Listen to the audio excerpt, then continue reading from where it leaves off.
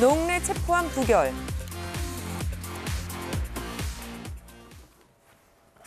네, 12월 임시국회가 다음 달 8일 종료됩니다. 그런데 민주당이 1월 임시국회 소집을 요구하고 나섰습니다.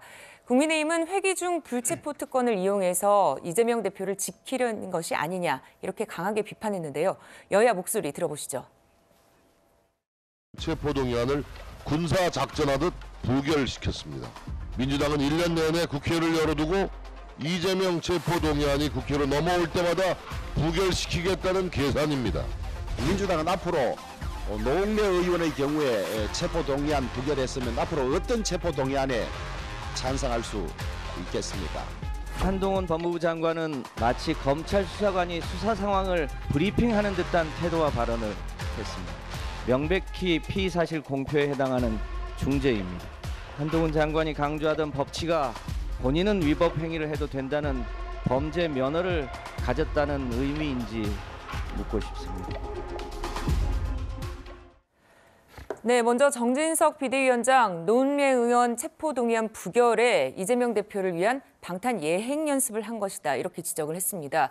그리고 민주당의 1월 임시국회는 이 대표 방탄용이라고 주장을 하고 있는데 이현정 의원님, 네. 사실은 그래도 좀 남아있는 현안이 있지 않습니까? 국정조사와 일몰법은 어떻게 될까요? 그러니까 지금 일단 이 12월 임시국회가 일단 8일 날 끝나지 않습니까? 네.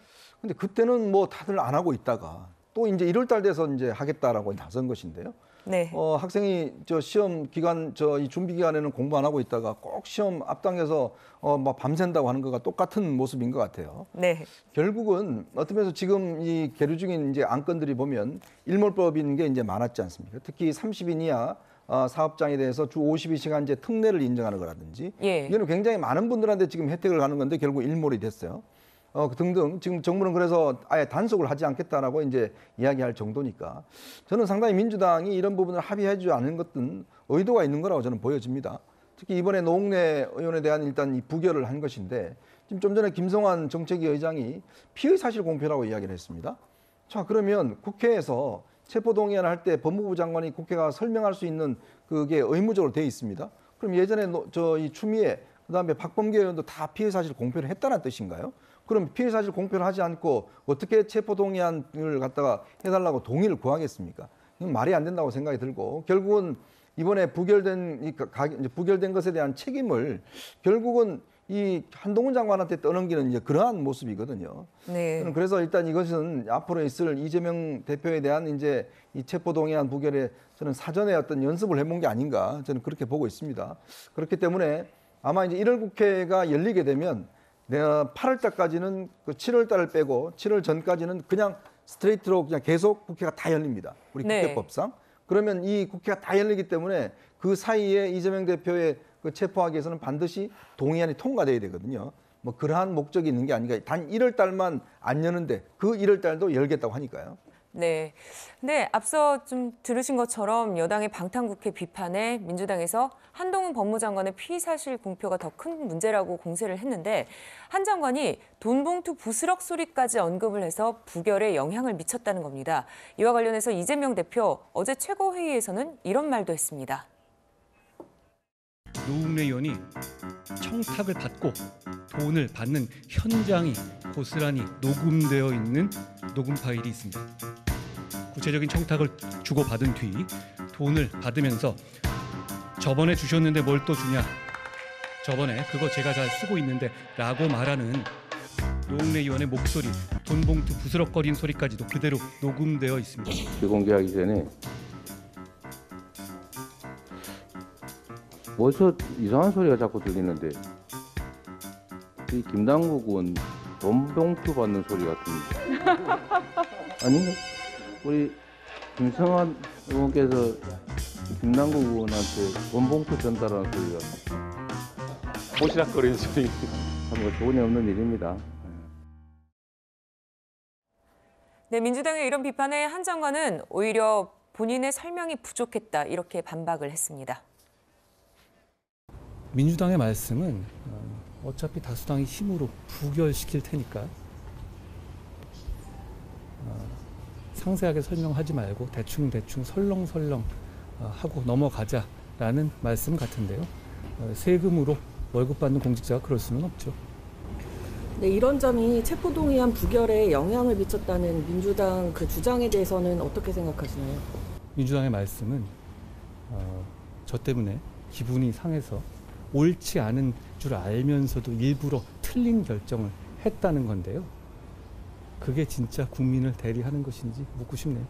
민주당이 압도적으로 부결시킨 걸 보면 저는 제 설명에 과했던 게 아니라 오히려 부족했던 것이 아닐까 생각합니다.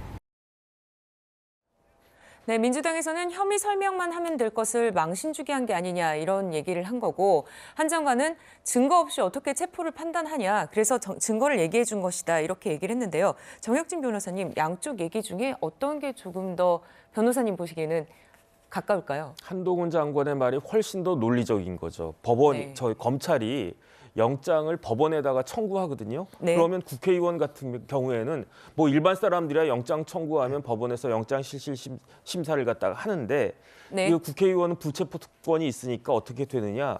재판부에서 그 체포 동의 요구서를 국회로 다이렉트로 보내는 게 아니에요. 어디에다가 보내느냐? 정부에다 보내거든요. 네. 그러면 정부를 대표하는 법무부 장관이 그 국회에 나가가지고 왜 그 이 국회의원이 체포가 되어야 되는지 그걸 갖다가 설득을 갖다가 해야 된단 말이죠. 그런데 노웅래 의원 같은 경우에는 뭐 사선 의원이라 그러실지 모르겠지만 어쨌든 한동훈 장관이 설득에 실패한 거예요. 그러니까 네. 자기가 부족했다 그렇게 반성할 만한 그런 사이가 되는 거고 그다음에 더 중요한 건 뭐냐면은 이제 피의사실공표죄 이야기가 계속 나오는데 네. 피의사실공표죄는 일단 기본적으로 피의자의 인권, 피의자의 명예 같은 것들을 그 기본적으로 중요하게 생각하지만 반면에 뭐가 있냐면요. 국민의 알 권리하고 맞물려 있는 거란 말이죠. 그러니까 4선씩이나 되는 국회의원이 뇌물을 받았는지 안 받았는지는 우리나라 국민이 알아야 되는 중요한 사항 아니겠습니까? 그래가지고 피의사실공표죄 관련해가지고는 판례가 있어요. 판례가 국민들의 정당한 관심이 되는 사항이고 그다음에 여기서 중요한 게 네. 객관적이고 충분한 증거나 자료가 있고 그다음에 네. 이제 정당한 목적이고 공식 절차에 따라서 이러한 수사 결과를 발표할 수 있는 권한이 있는 사람이 이렇게 이야기하면 이거는 죄가 안 된다. 위법성이 조각이 된다 그랬거든요. 그러니까 한동훈 장관은 아마 여기에 주목을 했을 거예요. 객관적이고 충분한 증거나 자료. 왜냐하면 그렇기 때문에 세세하게 증거를 갖다가 내가 이야기를 해야 피의사실 공표죄도 자기가 벗어날 수 있고 거기에다가 이제 국회의원들 설득해가지고 그 체포 동의까지 받아낼 수 있고 이런 것들을 생각을 했었던 것 같은데 이 부분에 대해서 지금 와가지고 그 야당에서 뭐 이러쿵저러쿵 이야기하는 것은 법적으로도 좀 맞지 않는 그런 이야기다. 저는 그렇게 판단이 됩니다.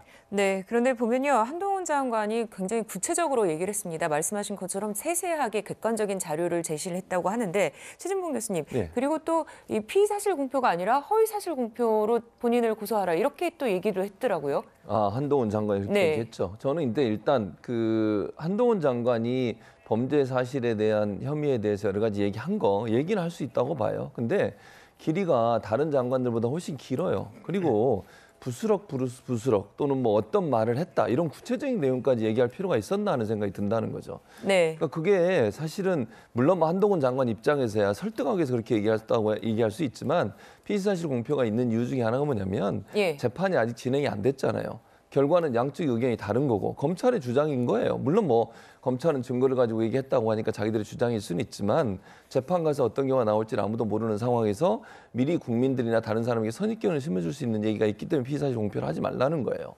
뭐 예를 들면 국민들이나 뭐 재판하는 판사들 입장에서도 네. 이런 부분들이 선입견을 심어줄 수 있는 위험성이 있지 않겠습니까? 그래서 물론 범죄 사실에 대해서 얘기를 해야 설득이 되는 건 맞지만 저렇게 구체적으로까지 뭐 어떤 말을 했고 어떤 부스럭 소리가 났고 이런 것까지 얘기하는 것이 과연 타당하냐는 부분의 문제 제기인 거예요. 네. 그러니까 뭐 그런 부분들이 너무 과하게 얘기되게 되면 불필요하게 피의사실이 공표되는 것이고 또 노웅래 의원은 아니라고 주장하고 있는 상황에서 예, 그렇죠. 그 사람에 대한 범죄인의 이미지가 만들어질 수 있는 위험성에 대한 문제 제기라고 저는 보기 때문에 저는 좀 과했다고 생각해요. 그냥 네. 이런 부분이 있고 이런 부분이 있으니까 이거는 이렇게 범죄 혐의가 있습니다. 그러니 찬성해 주세요라고 얘기했으면 될 문제를 너무 구체적으로 자세히 얘기하는 바람에 저는 논란이 나왔다고 생각합니다.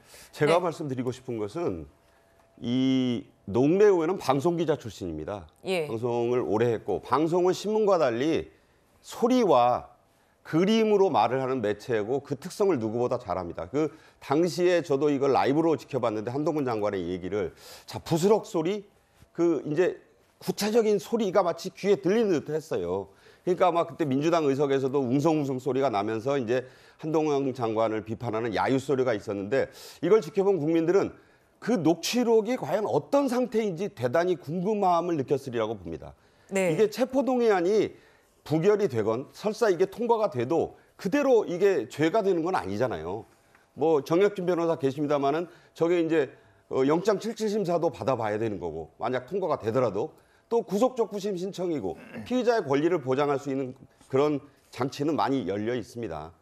노웅래 의원이 즉각 반박하면서 굉장히 당황한 모습을 보였는데 사실관계를 따지는 증거가 나온 데 대해서 굉장히 허를 찔린 듯한 그런 모습이 좀 있었다고 봐요. 그래서 사실관계를 다투는 데 있어서 물론 한 장관이 박범계 추미애 전 법무장관보다 6배 가까이 많은 말을 한 건 사실이고 그것이 과도했다는 데에 대해서는 저도 동의를 합니다마는 국민들의 알 권리라는 측면도 굉장히 중요한 권리 중에 하나이기 때문에 이 부분도 좀 봐야 되는 측면이 있지 않나 저는 그렇게 봅니다. 네, 노웅래 의원을 당황하는 모습은 또 보는 사람마다 다르게 해석을 할 수 있을 것 같고요. 또 민주당과 한동훈 장관, 이재명 대표 수사 검사 명단 공개 문제로도 부딪혔습니다. 좌표 찍기와 국민의 알 권리라고 맞서고 있습니다. 공당의 공식 조직을 동원해서 적법하게 공무를 수행 중인 공직자들의 좌표를 찍고 조리돌림 당하도록 공개적으로 선동하는 것은 법치주의를 훼손하는 겁니다. 그런다고 해서 이미 존재하는 범죄 혐의가 사라지는 것이 아니고 이 나라 사법 시스템이 멈춰지는 것도 아니라는 말씀을 드리겠습니다. 홍보물 속 검사의 사진과 이름은 검찰청에 공개된 조직도와 언론에 공개된 내용을 바탕으로 만든 것입니다. 국민의힘은 혐의가 입증되지 않은 수사 당사자들을 범죄자로 낙인 찍고 망신 주기 할 때 좌표 찍기라고 반박한 적 있습니까? 국민의 기본권 보장을 위해선 검사에 관한 정보를 더 공개해야 합니다.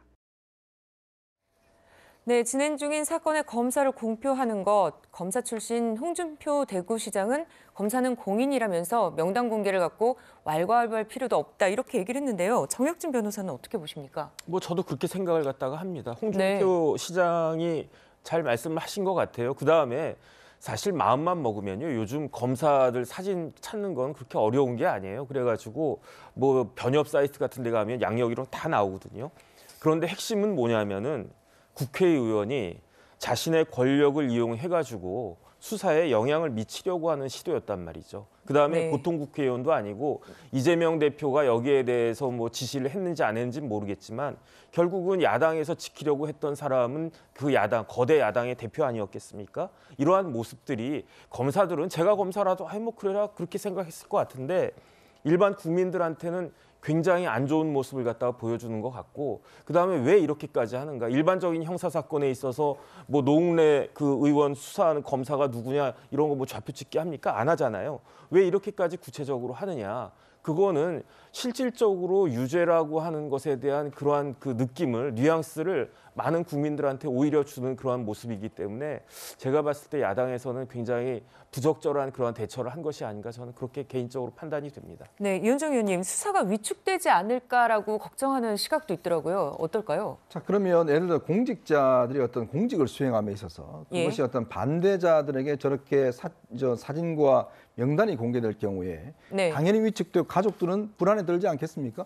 예를 들어서 지금 제가 이거를 뭐 이재명 대표 그 이제 이쪽 공보국과 그다음에 이재명 대표 의원 사무실에서 만든 걸로 이 보도가 나왔는데요. 그렇다면 그런 요구도 할 수 있잖아요. 그러면 이 만든 보좌관들 다 이름하고 공개해봐라라고 이야기를 하면 그거 수용하겠습니까?